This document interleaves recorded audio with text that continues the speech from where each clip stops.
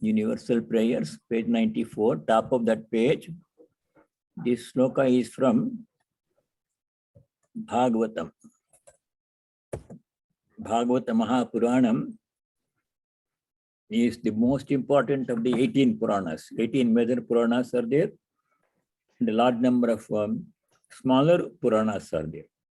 Of all of them, Bhagavatam enjoys the best, is known as the best Purana. It is a story of Sri Krishna from his birth onwards, his avatara, the glories, his teachings, everything in that Purana, Bhagavata Purana.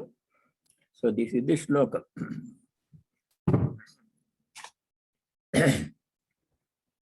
Om Swastyastu Vishwasya Kala Prasidatam Dhyayantu Bhutani Shivam Mithodhiya Manascha Bhadram Bhajatadadhokshaja Aveshatabno Matirapyahaituki. Om Shanti Shanti Shanti. O Divine Lord, may the world be peaceful. May the wicked become gentle. May all creatures think of mutual welfare. May their minds be occupied with what is auspicious. And may our hearts be immersed in selfless love for the Lord. Om peace. May there be peace in our hearts. Adhyatmika Shanti.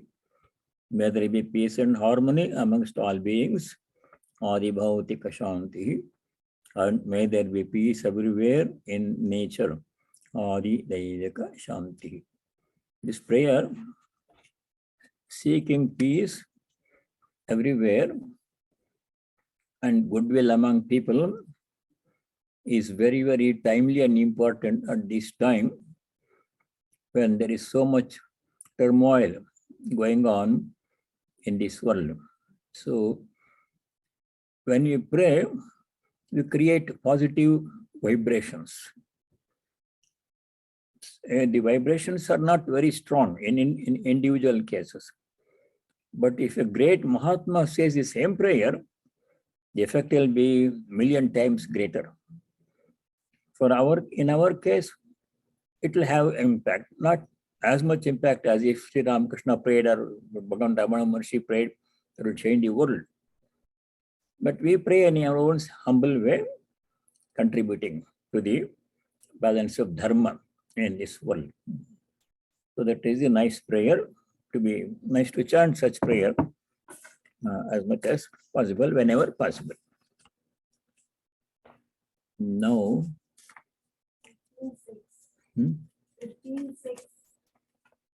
15:6. So we have to do 7th one. No, we do 6. We finished 5. Oh, 6th one we have to do. Okay, it's good. I was just going to ask that question, where we should start. Pratibhaji is studying chapter 15, I know.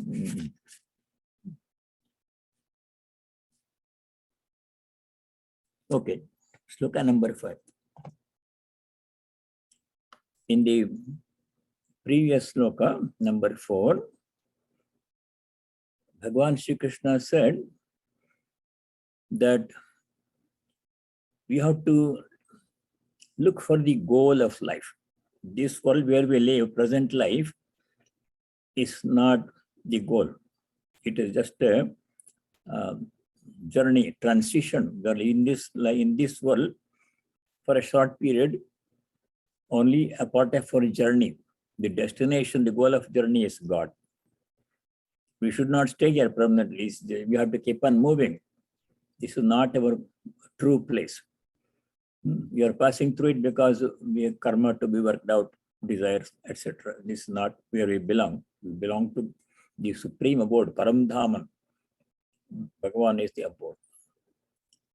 So in order to reach that goal, what are the qualifications that enable us to reach that goal?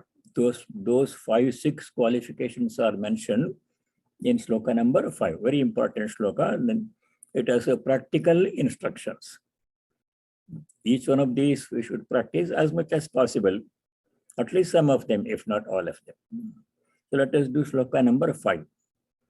Nirmana moha jita sanga dosha adhyatma nitya vinivritta kamaha dvandvair vimukta sukha-dukkha samjnaihi gacchantya modha padamavyayam tat.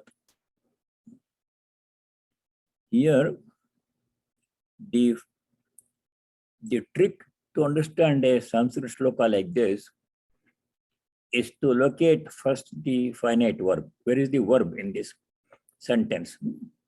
If you look at this, the verb is in the second line. Gachanti, they go. Gachanti means they go, or they reach. And then who goes where, etc. has to be supplied. Who are the people who go to some goal, destination? Amudha. Mudha means not intelligent person. Amudha means a wise person.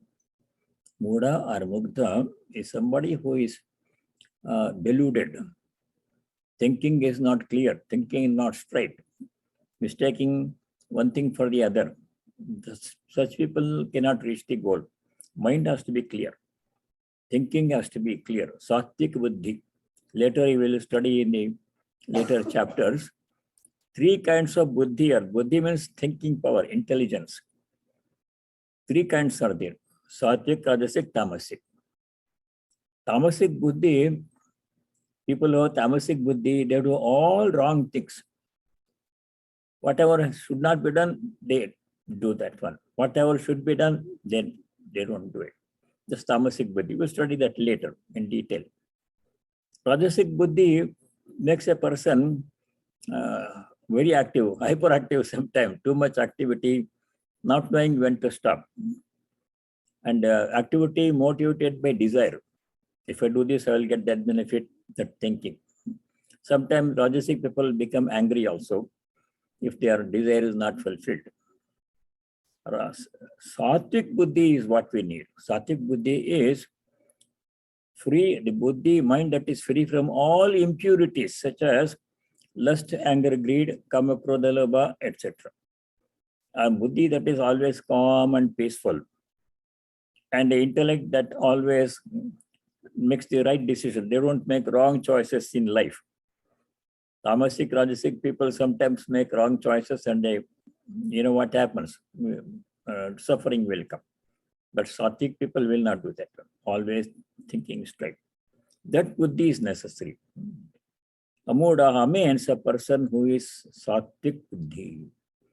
Thinking is straight and clear, and calm, and mind is calm and peaceful, free from thoughts of violence and other impurities. Gachanti Amudha, those people go there.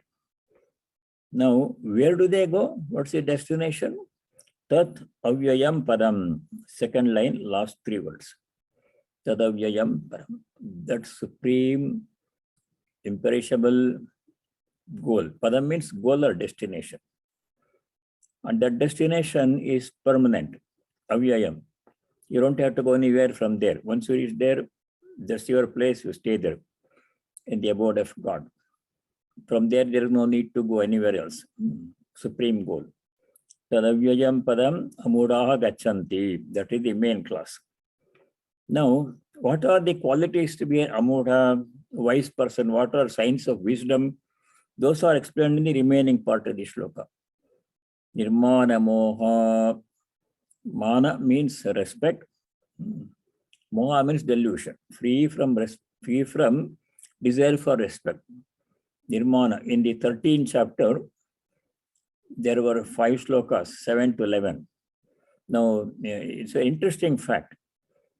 Slokas 7 to 11 in 13th chapter, they described 20 virtues of a person who has self-knowledge. Amanitam, madambhitvam, ahimsa, kshantirarjavam, acharyopasanam, shaucham, etc. 20 different virtues are described. We studied them in great detail. 7 to 11 in chapter 30. In chapter 15, 7 to 11 contains a very interesting, important topic. Who are we? We refer to ourselves, this is mine, I am here, she, etc., he, they, etc. Who are we?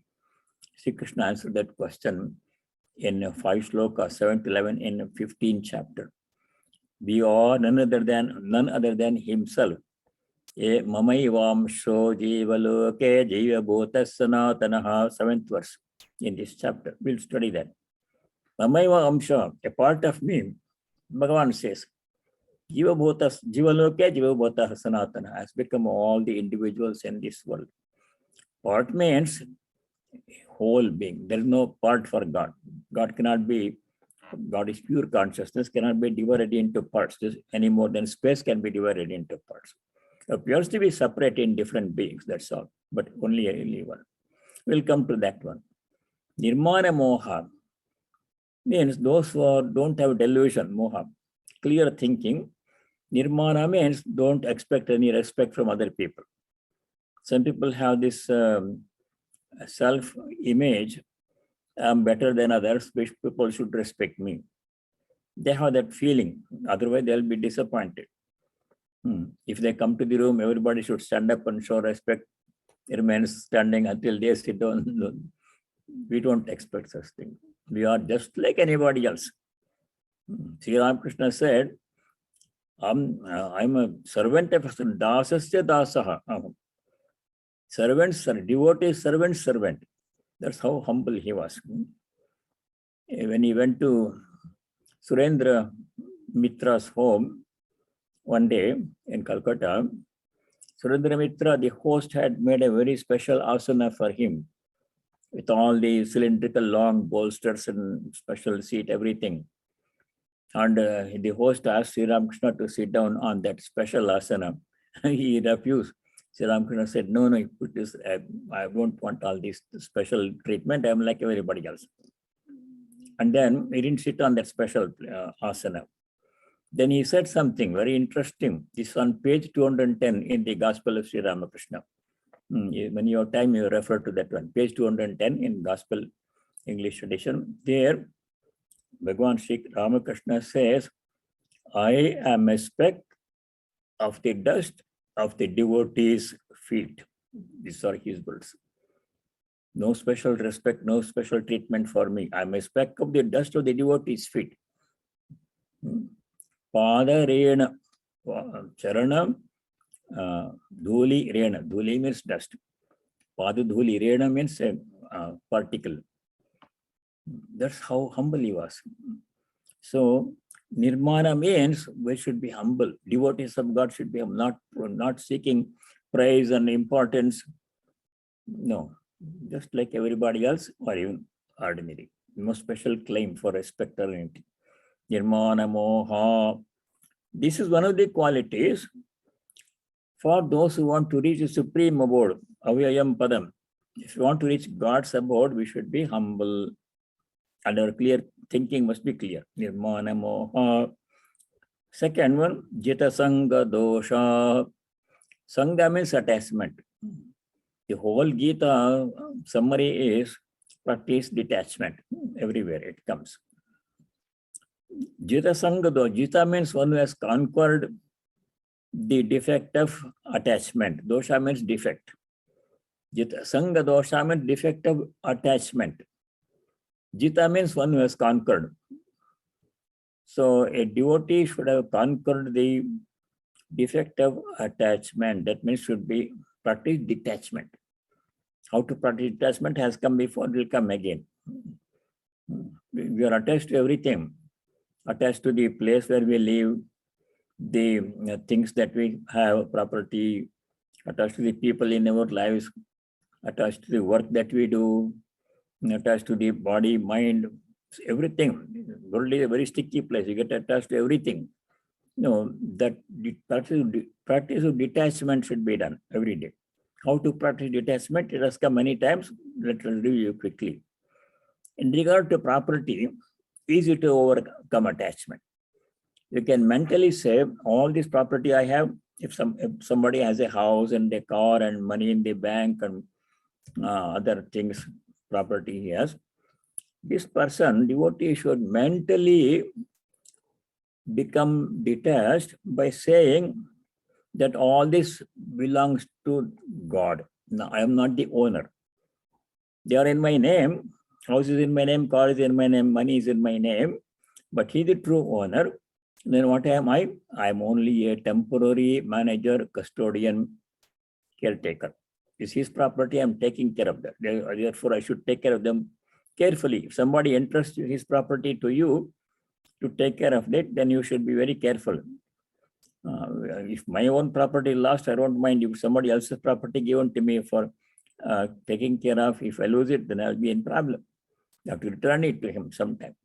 So whatever is in our life, we should take good care of them. Keep them in good condition, put them to good use only, because they are his. Someday I will have to return it to him. For I have all these things he has given to me because I wanted them. Nothing comes except as I have wanted it at some time, deserved it sometime. So jita sangha dosha, practicing detachment towards property. Same thing about people. They are all children of God. They are playing a part in my life for some time, and my association with them is temporary. No association is permanent. One day separation will come. Until then, I serve them, do my duty by them, take good care of them. Then the separation comes. I say, I have done my part. Thank you for being in my life, playing a role in my life. You have enriched my life, and time has come for us to part. And you go back. I go back to my own place. My duty here is finished. My own place is God's place. Detachment from people. Similarly, detachment from other things. Jita sangha dosha, practicing detachment, conquering attachment. Jita sangha dosha. Then the third one is adhyatmanitya. Adhyatmanitya means constantly thinking about God's presence within us and within everybody. Here, adhyatmanitya. Here, Shankara says in the commentary, Paramatma Swarupa Lochane Nitya Tatparaha. Paramatma Swarupa Alochana. Alochana means thinking about God in us and everybody and everything. Things also. Not thinking much about the world, but about God. World, we have to think about the world as much as necessary for job, family maintenance, etc. But otherwise, our major portion of thinking must be in relation to God, constantly thinking about God. Adhyatmanitya. Next one is vinivritta kama. Kama means all kinds of desires come to the mind. Not all desires are really bad. Many of them are not worth fulfilling. Some of them are outright adharmic desires. We should separate them. We should learn to distinguish what are dharmic desires, what are adharmic desires. Adharmic desires, we should say no to them. And dharmic desires, we should fulfill. Dharmic desires examples are, I want to become a better person. I want to gain more knowledge of God. I want to have more devotion to God. I can help other people who are in need of help. These desires are good desires. We can fulfill them, no harm. But the bad desires, I don't have to give examples. All kinds of bad desires will come to the mind. We should say no to them firmly. This is mentioned in 7th chapter about adharmic desires.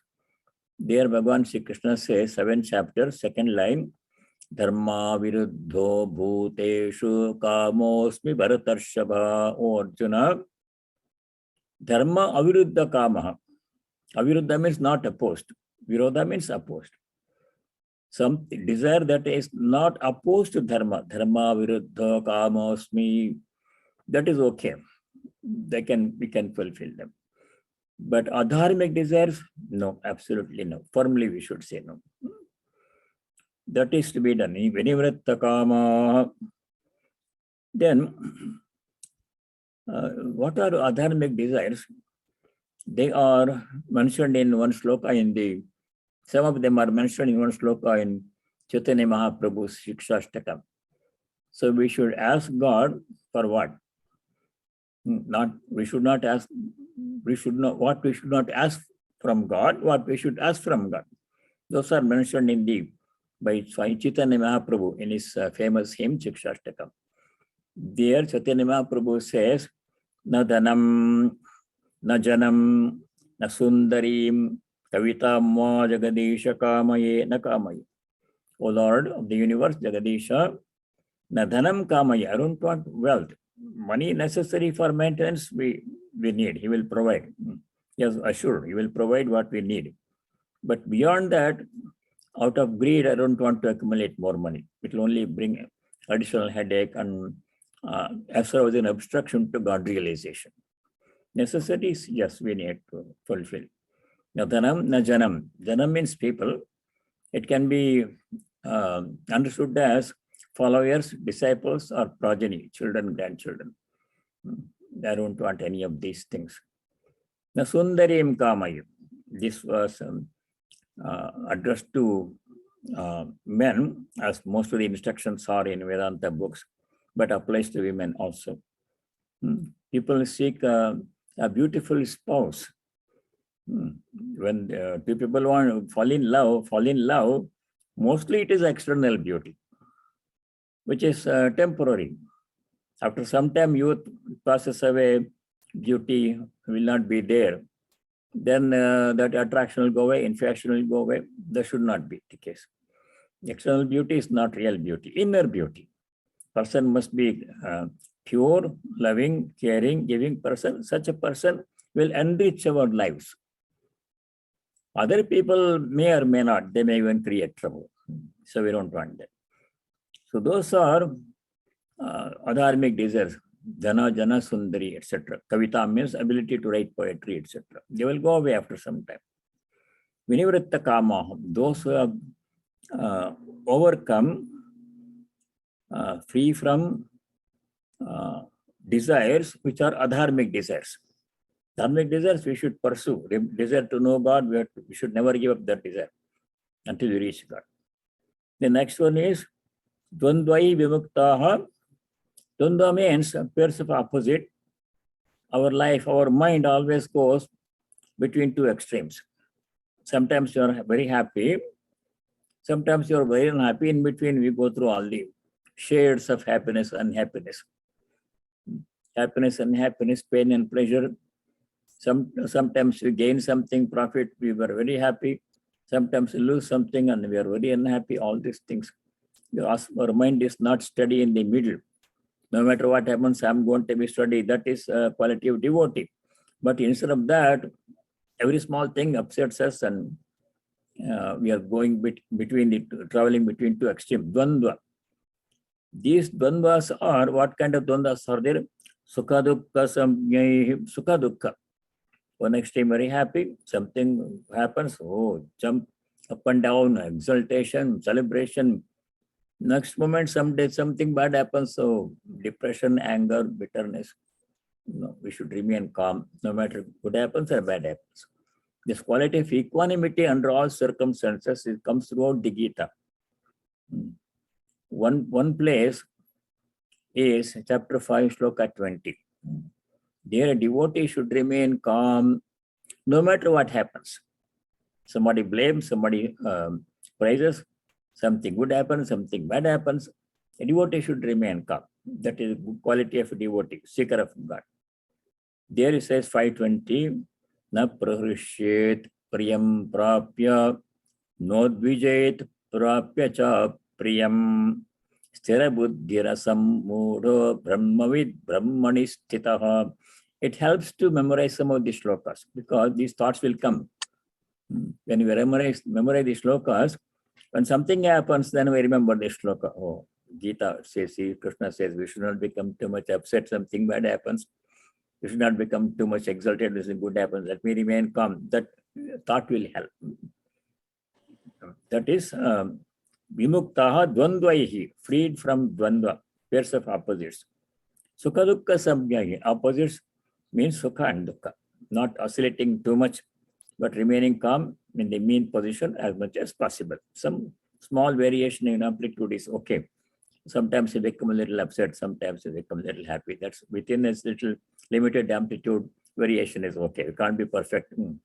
That's 100% perfection. We don't have to aim at that. We keep the variation of the mind within reasonable limits only, not too much either side. Such people who have all these qualities, they are amudaha, they are wise people. Signs, these are signs of wisdom. What happens to them? What are they? Tat avyayam padam gachanti. They go to the imperishable, unending, infinite, unending goal. Avyayam padam, which is God's abode. That will come earlier. It has come. It will come later also. What is God's abode? That is Paramam Dhama, supreme abode. That's where we truly belong. We don't belong here in this world. It's a temporary transition state. We should not get stuck here. We should keep on moving. This is the sloka number 5. Very important sloka. Practical things to be practiced, instructions given here. Then,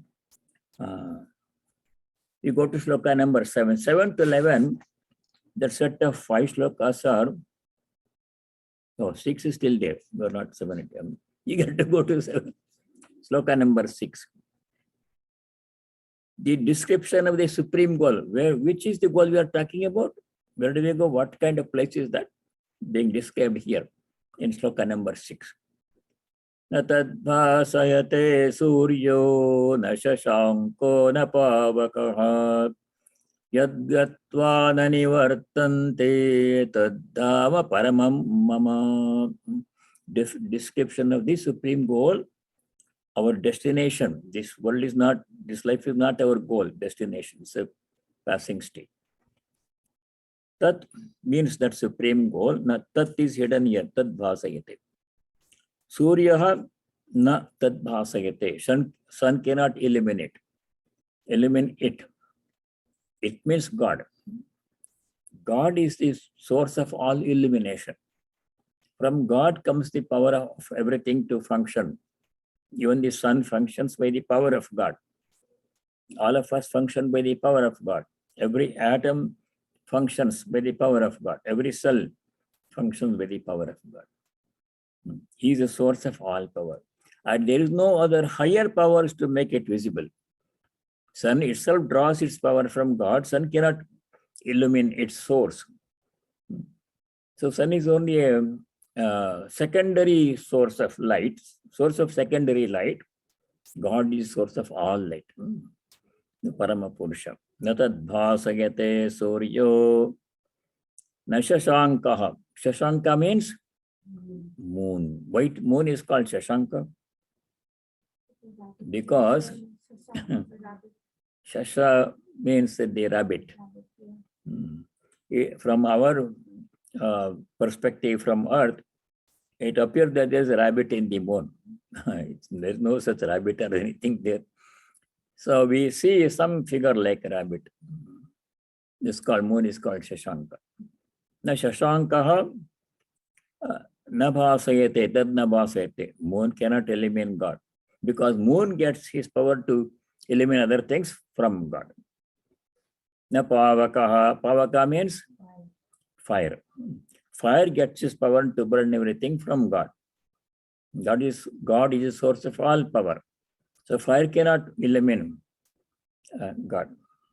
These are all secondary sources of power, deriving their power from one source, namely God.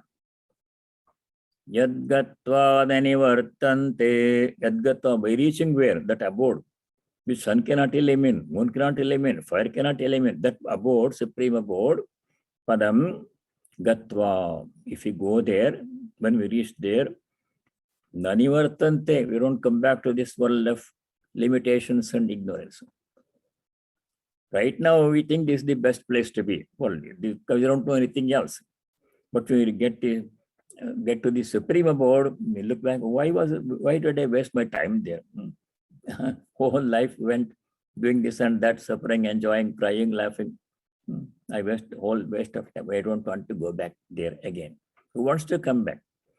It is just like if you have a original diamond, something ornament made of original diamond, like Kohinoor. If you have, why would you go for a piece of colored glass? If you didn't have that, this all we knew was a piece of colored glass. We fascinated. Oh, so nice. We're gathering it. But when you get the Kohinoor, you throw this away. You don't want piece of colored glass anymore. No more interesting. This world appears like this. It's not what we are saying. The Lord himself who made this world, created this world. He himself is saying in the Gita that you have studied before, that world is a place of joyless place, no happiness here. You remember where he said that one? In two places, at least, chapter 8 and chapter 9. The Lord himself who made this world. He himself is saying, in this world there is no happiness. Asukham, no happiness. We are looking for sukha here, where he said there is no happiness. Anityam, this world is temporary. We think everything is going to be there always with us. Anityam, asukam, lokam. And he said, dukkhalayam. Dukkhalayam means house of misery. And where can we find happiness? He himself, he said there is no happiness. It's a house of misery. Dukkhalayam, it's all his words. Ashashvatam, impermanent. These are all the words God said about his own world. So this is not our final abode. We can't find happiness here. Whatever little pleasure we get, it is comes and goes and conditional, not worthwhile striving for. God is the goal. Once you go there, unconditionally, eternally, we will enjoy infinite joy at his divine feet. Best place to be is God's abode. This is not the best place. You have to go through this because of karma or whatever desire for rebirth. That is not where we really belong. You know where those Bhagavan has said, chapter 8 and chapter 9, I think it's sloka number 15. I got it, that page here. Sloka 15 in chapter 8, 8:15. There, in the second line, Bhagavan says, Napnuvanti mahatmanaha. No, first line. Mamupyetyut punarjanma dukkhalema shashvatam. Dukkhalema shashvatam. Chapter 8, verse 15. God's description of this world. Dukkhalema means house of misery. Ashashvata means temple. Mahatmana na punarjanma nagachanti. Punarjanma napnuvanti. They don't come back. Mahatmas who go to God's. People who are satisfied with this, want to have more of this world, they will come back. Punarjanma. I want to, in this life, I could only enjoy, next life, I want to enjoy more, or they want to go to heaven to enjoy more. This is all a sign of, not sign of wisdom. The sign of attachment. But those who reach God once, to them, no, sir, I will be here. I don't want to go back to that world. I've gone through that many times. That's enough for me. Like that one. Dukkhalema shashvatam. Naptuvanti mahatmana. Those who reach God. Then now we go back to where were we? Sloka number 6. 8. Yadgatva nanivartante tadhama paramam mama. Supreme abode. Dhama means abode. God's abode. Paramam, supreme abode. These are temporary places where we live. We may live in an apartment or a big house or even the White House.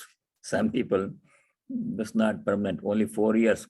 If re-elected, 8-year term limit, that's it. But this will also have a term limit. We can't live here. We don't want to live here. Even if it is even if it is offered to us, we should say no to this world. There is no happiness here. The only place where we can find permanent, eternal, unconditional peace and joy is the abode of God. Tadhama paramam mama. There we have to go. Yadgatva danivartante tadhama paramam mama. Now, 7 to 11, this is the important segment in this 15th chapter. 7 to 11 in 13th chapter is also important here. In these 5 shlokas, Bhagavan Sri Krishna answers the question who we are. We should all ask that question, who am I? Most of the time we spend, we think we are the body and the mind, full of problems. This matter, full of problems, deterioration will come. Some organs malfunction. So that's not our true abode. It's not what we are, who we are. So who are we then? He says in the very first line, chapter, sloka number 7, Mama eva amshaha, my own part. Part amsha means a segment or a part. Jiva loke, in this world of living beings, some world there are no living beings.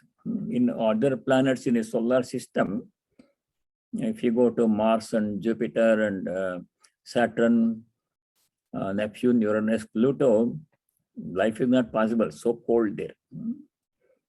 So only on the sun. If you go closer to the sun, Venus and Mercury, very hot, no life is possible. This is the best place to be in. The best place to be in is in the earth, and we are on this earth. Conditions are optimum for God realization. So we are in the best place. God has kept us in the best place.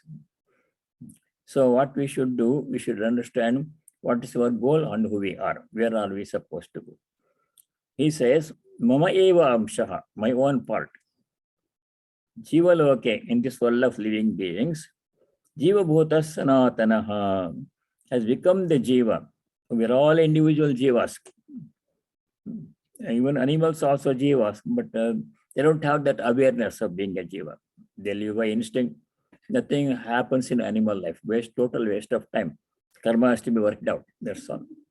Only human life is the most precious gift. In many of the scriptures, we hear about the glory, the precious nature of human life. Only as a human being you can reach God. Not from the heaven, not from other lokas, not from animal life or anything.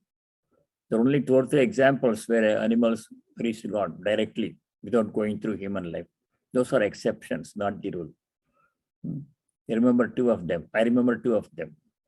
One is the cow Lakshmi in the Bhagavan Ramana Maharshi's ashrama. It was a human being, probably in his previous birth. He granted liberation.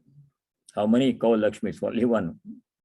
And the other animal which got direct liberation is Gajendra Moksha, the elephant, who was a devotee of Vishnu.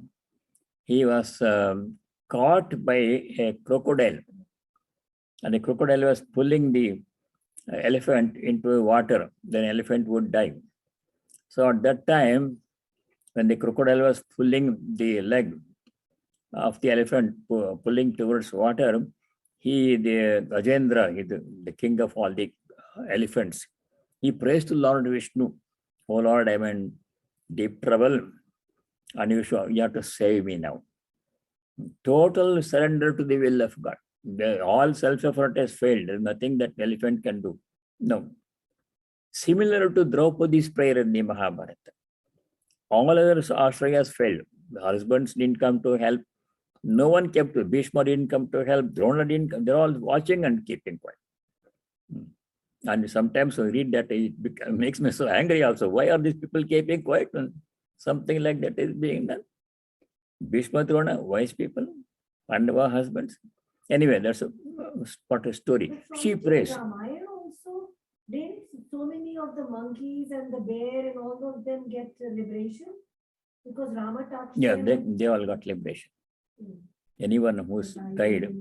According to our Shastra, Puranas, if a person dies doing his duty, he will get to Swarga.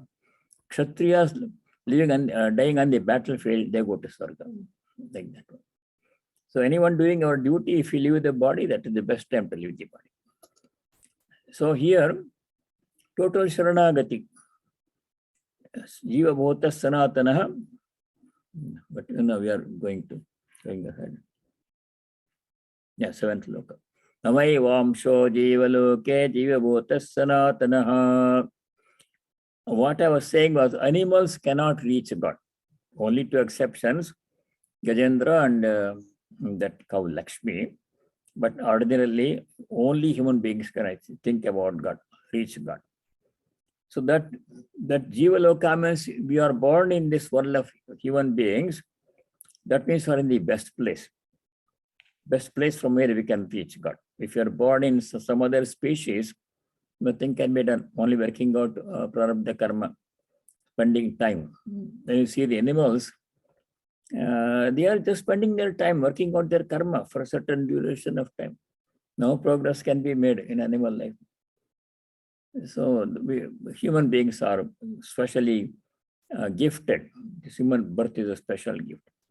Swamiji, Namaste, Swamiji. But Gajendra had done a lot of prayers in his previous birth, right? Yes.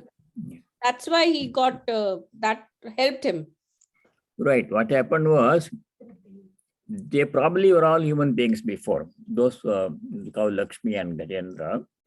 And because of some karma had to be worked out, they went to the animal body, and then they achieved liberation. We are exceptional beings. So those are exceptional cases. Otherwise, ordinarily, only people, human beings can achieve God, reach God. So Jiva Loke, Jiva Bhota Sanatana. And then that Amsha of God, Amsha only in a figurative sense. In the commentary, Shankaracharya says,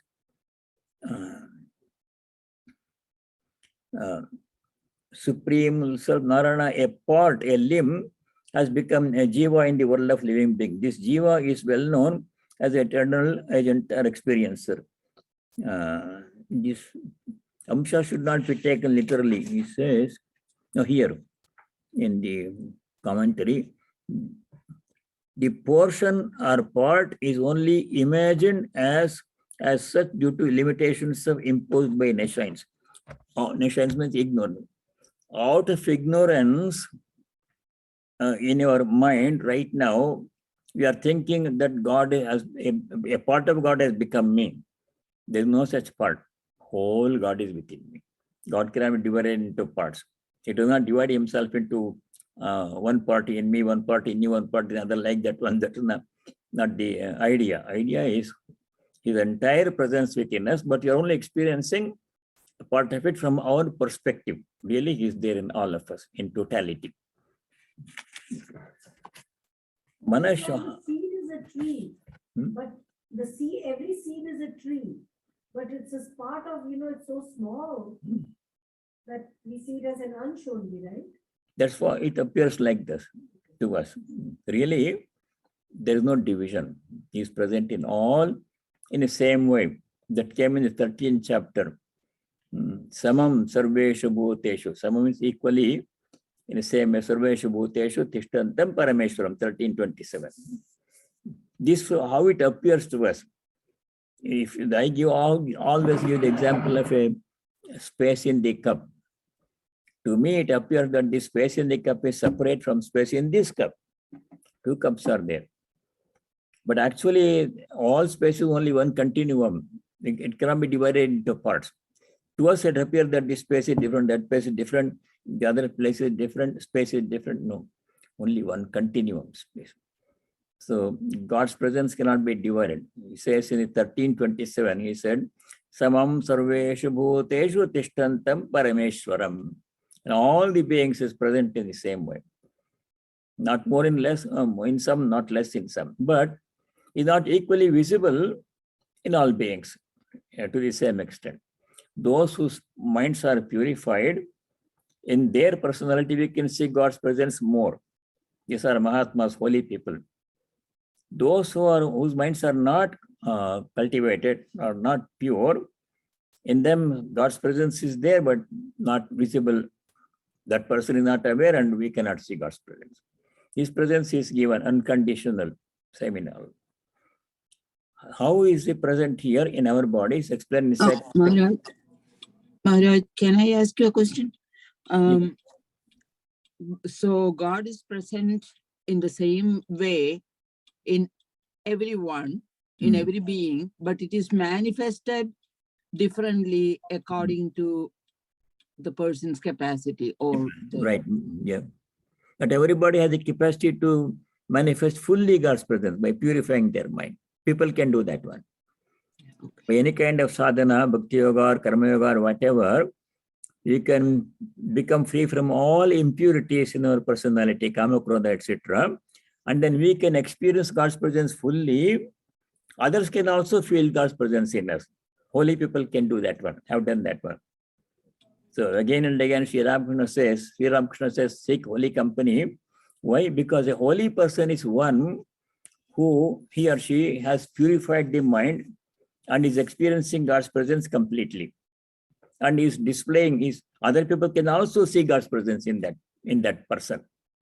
If you just go to a holy person, we feel the peace and joy without any word being spoken, nothing being done.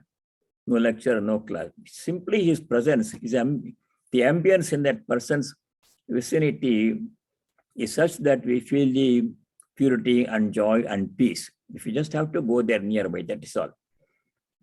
So that is the potential is in everyone. Everyone can realize God by purifying one's mind.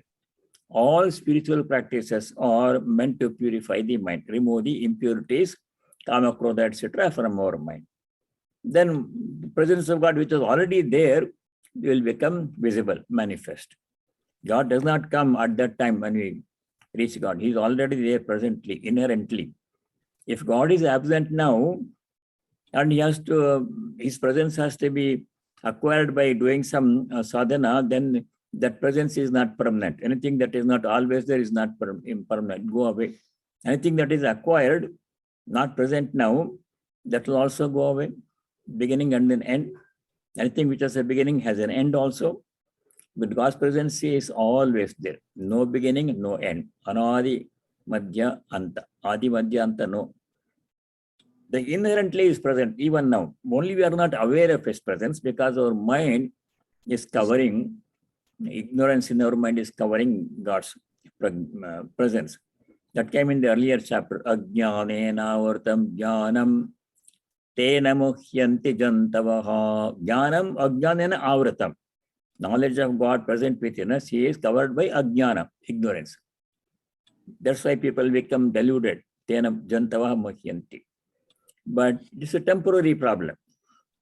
Ignorance is a temporary problem. It can be removed by God's grace mainly, and our effort also required.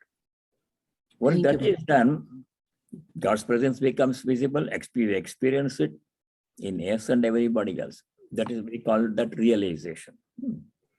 So how is the Lord present within us? Is explained in the second line of sloka number 7. There it says, Manaha Shashtani Indriyani Prakritisthani Karshati. Karshati means divine presence attracts this all upadis, body, mind, upadis, sense organs. Manaha, mind, Indriyani, 5 sense organs, Shashtani. This, including mind, becomes 6. 5 sense organs of perception, jnana indriyas, and mind, the 6 of them. Those are all brought together. Karshati, he attracts all of those things. Where were they before? Prakritisthani, they were part of nature. What is my body today? Even now it is a part of nature. It is part of nature as all the things are components are brought together and made into a body at the time of birth, conception and birth. Before that, what happened? Where was this body? Parts of it were distributed in nature. Air was there, water was there, earth was there, warmth was there, but they all collected together. Manashasthani, Indriyani, Prakritisthani, from nature where they were present. Karshati attracts and makes it into one living being. So our living being, our personality is made up of 2 parts. One is God's presence, Mama Ivamshaha, main part. Other part is the material part, taken from nature, which translates into mind and sense organs, other parts of the body. These are all nature. My body is as much a part of nature as the tree standing outside or the stable or anything. Part of nature. but it is collected together, made into a meaningful entity by the presence of God. That So is there what are, Swamiji, there are 2 or 3 parts. There Paramatma and Jivatma, plus the body. it is description of Jivatman. Huh? This is a description of Jivatma in the 7th level. Individual being, how the Paramatma appears as individual being, Jivatma, limited to one body mind taken from nature. So at the core of this is Lord himself, Mamayvamshaha. So the Jivatma is a combination of Paramatma and part of Prakriti. Prakriti meaning the body, mind part, physical, material part, which changes, comes and goes and changes. And the Paramatma Amsha, which is eternal, permanent, does not change. That's what we are. Jivatma is a combination. Now, essentially, if we remove the Prakriti part, what remains is God. Jivatma is same as Paramatma. Vedanta says, I am Atma, Brahma, Upanishads says. Essentially, if we keep the essential part in us and separate the non-essential, perishable part, what remains is God. What makes God limited to one being is addition of Prakriti, the material part. These are upadhis. Upadhi means adjuncts, added on things, which are not inherent. So that's what the Jivatma is, same as Paramatma, but combined with, or appears to be separate because it is combined with the parts of Prakriti. Prakriti sthani, manasasthani, indriyani, mind and sense organs, and other parts of the body, which are all material nature, present in nature, part of nature, plus presence of Paramatma makes the individual Jivatma. So what happens when a person gets liberation, moksha, is this Prakriti part will go away permanently, only he remains. The I becomes, merges into the he, only he remains. That we call salvation, liberation, mukti, moksha, brahmajnana. It's different ways. So essentially we are divine. This is what Swamiji said in only 4 words. Each soul is potentially divine. 5 words. Each soul is potentially divine. Swamiji said, same, he is summarizing this sloka. 13.7, Swamiji is summarizing in one short sentence. You're all potentially divine. The divinity remains potential means hidden from you. Not fully kinetic, not fully visible, manifest. But can be made manifest by spiritual practice, purifying the mind. It's made very simple for us.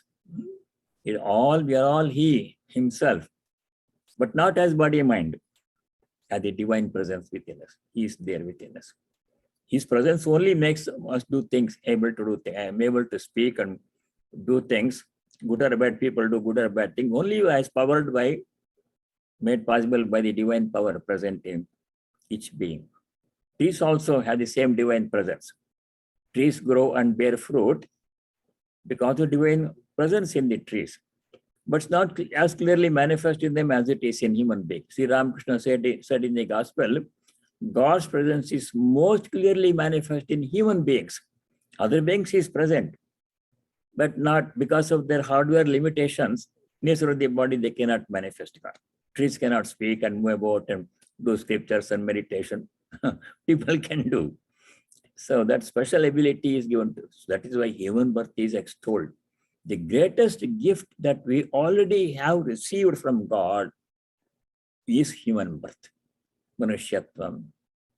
Plus the additional gifts. All human beings are not equipped to realize God. They're equipped, but they don't have interest in realizing God. They spend their whole life in worldly pursuits, finding pleasure in the world and success and property. We don't have to mention all of those.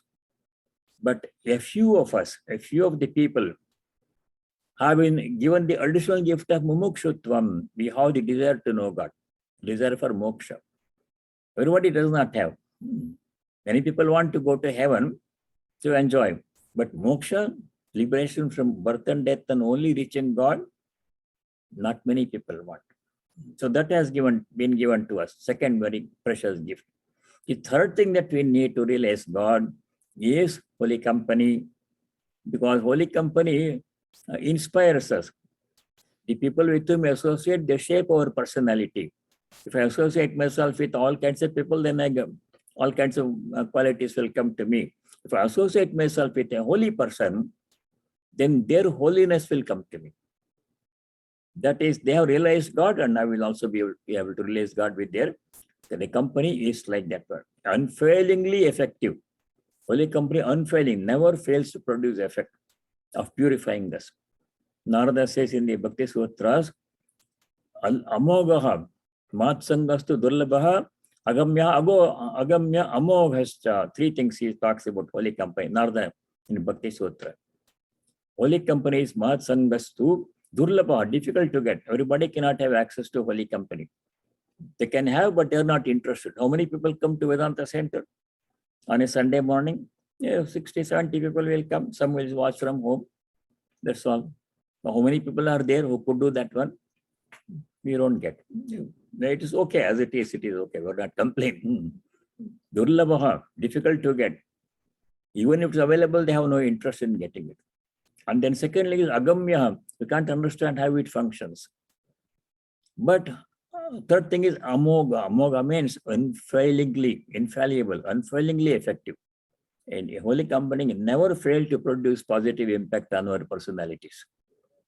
So that's what we have been given. Third gift. Manushyatvam, Mumukshatvam, Mahapurusha Samshrayaha. These three things are missing from other beings, trees and other animals. Animals don't have human birth. They don't have the faculties we have for thinking, discriminating right and wrong, God. They cannot do. They only live their, fulfill their basic instincts and spend their life. Ahara, Nidra, Bhaya, Maitanam. Four things are common to people and animals. There are four things which are common to animals and people. If you do only those four things, you are like animals, no better than animals. But we are capable of doing higher things. What are the four things common to animals and people? Ahara, Nidra, Bhaya, Maitunam. Animals eat food when they are hungry. People eat food when they are hungry, but we make a lot of fuss about food. Animals just eat natural food, whatever they don't worry about so much about refrigerator and cooking and gas and recipes and all those. They don't bother about that one. Ahara, same thing. Nidra, people sleep, animals sleep. When we wake up, body becomes tired, mind becomes tired, we need sleep. Animals also do that one. We make a big fuss about sleeping. Oh, bedroom and this has to be this has to be there, and air condition, all kinds of things. Third thing is bhaya.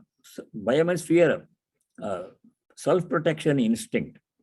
So we are afraid this may happen, that may happen. So we do all kinds of security systems at night, and we buy insurance because of fear that we may get into trouble. Animals also have fear. They just live in a cave or in a nest that they build to protect themselves from predators. And then fourth thing that animals do is maitunam, procreation. They also have children. People also have children, but their life is much simpler. They don't make such a big fuss. The children grow up and they go away, and that's the end of it. Other than these four things which are common to animals and people, additional faculties are given to us, people, which is missing in animal life. That's why human birth is extolled as the most precious gift one can receive, and we have received it already. Not only human birth, human qualities are more important. Human body is important, but human qualities are more important. Many people are human beings in appearance. They have human bodies, but they don't have human qualities. Human qualities are compassion, love, desire to know God. These qualities are not there in some people. But those qualities, human qualities, are given to us also. So we are very well equipped. Everything that we need to realize God has been given to us already. In spite of all these facilities and gifts given to us, we don't realize God, then it's our own fault. So who are we? Mamaivaamsho. In every one of us, God is present. That's the main point in this sloka number 7. Answer to question, who am I? Is I am the divine. Upanishad says very simply, Aham Brahmasmi. Only 3 words. The Upanishad says the same thing, very succinctly in the form of a short sentence. But Gita gives more explanation. Puranas give more explanation. Same truth is there. Whatever is in the Upanishad is in the Gita and in the Puranas. In the Puranas, the stories are convey the message. Very interesting stories are there in the Puranic stories. Make it more interesting. Same truth is there. Same message is there behind the stories. So through interesting stories, same truth is conveyed in the Puranas. In the Puranic stories, people can fly, animals can talk, things can happen, people can travel in space, because stories have to be interesting, but they contain the same truth. Here, not much story. Statement, same plain statement. Upanishad, no story, no explanation. Bam Brahmasmi, Tat Tamasi. Same truth. We are that divine. Who am I is the biggest question that we can ask. Swami Sarvapriyanji gave one talk on who am I in IIT Kanpur some years ago. 4.5 million people have seen that lecture, 4.4 plus people. So interestingly presented that one. People have, some people have very special gift of presenting the material in a very interesting and captivating ways to make that impact on human listener's mind. Their words make impact on him, listener's mind. He's coming to our center this month, next month, Memorial Day weekend he is coming. So he'll be there for 3 days and we'll do a retreat here. So that will be in our monthly announcement. It's already gone out. For me, announcement is already gone out. You can receive it from our website also. So this sloka number 7 explains who we are. Mamai vamsho jiva loke jiva bhutas sanatanaha. Sanatana means eternal. His presence never wavers, does not come and go, does not increase, decrease. Body increase, decrease, comes and goes. Prakritisthani. This mind and sense are manashisthani, indriyani, prakritisthani. Prakritistha means present in the prakriti. Like grihastha, present in the graha house, like that. So let us think about this sloka number 7, 8, 9, 10, 11, 4 more slokas in the same segment. This is the important part in the chapter 15. The remaining part, chapter 15, is very interesting. Important, but interesting also. Let us stop here and I shall say the closing prayer. Then you can ask questions if you wish to or add comments. Om Sarve Bhavantu Sukhinaha Sarve Santu Niramayaha Sarve Bhadrani Pashyantu Ma Kaschid Dukkha Bhag Bhavet. Om Shanti Shanti Shanti. Om, may all be happy. May all be free from diseases and other problems. May all realize and practice what is noble, dharmic and auspicious. May no one be subject to any kind of misery. Om peace. May there be peace and joy in our hearts. Adhyatmika Shanti. May there be peace and harmony amongst all beings. Adi Bhautika Shanti. And may there be peace everywhere in nature. Adi Daivika Shanti. Hari Om Tat Sat. Sarvam Sri Ramakrishna Arpanamastu. All of you stay well. God willing, see you next week.